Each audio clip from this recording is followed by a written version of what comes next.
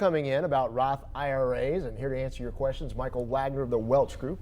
Good morning, Michael. Good morning. All right, now concerning that, people are asking about withdrawals, especially withdrawals after 5 years after your first contribution.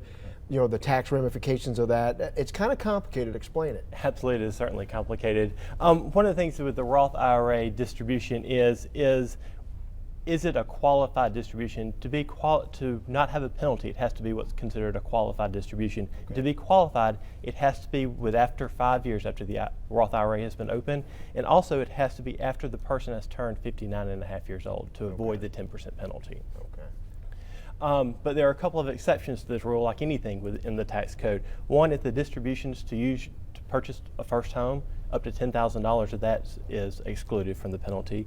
The other is if you're disabled, you can also withdraw it. And the third exception is if you are the beneficiary of the person who is deceased from their Roth IRA, you could also withdraw it before 59.5 or with the 5-year penalty. Oh, okay. Well, that helps alleviate some of those concerns anyway. All right, well, last week we talked about improving your credit score. Obviously, when you have a good credit score, it helps you get loans and lower interest rates.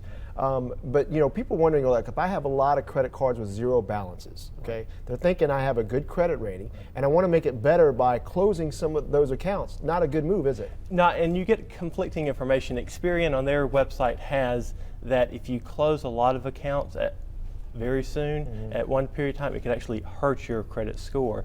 The Federal Reserve also says that too much credit could be detrimental to your credit score. So there are a couple of things that you could do. One is to maybe over time prioritize the credit cards that you use, and the ones that you do not use, begin to close those over a period of a couple of years. Okay, and I also heard it's not a bad idea, believe it or not, charge something on some of those seldom used cards, pay it off that month, and get it back down to zero, right? Absolutely. I think some of the biggest things for credit cards is one is to check your credit report.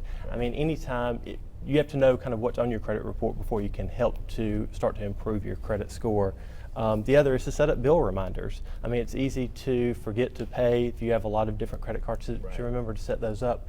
The other is to pay off your balance each month and keeping a zero or low balance of theirs. And one thing that people don't think about is to use only 30% of the balance that you have available on each of those cards. To keep a small balance each month outstanding on those is kind of the best way to help your credit score. Thank you, Michael Wagner of the Welch Group, coming in. Great, All right, thank you. Appreciate it. Money Tuesday. All right, Dad, JJ, he's not been eating up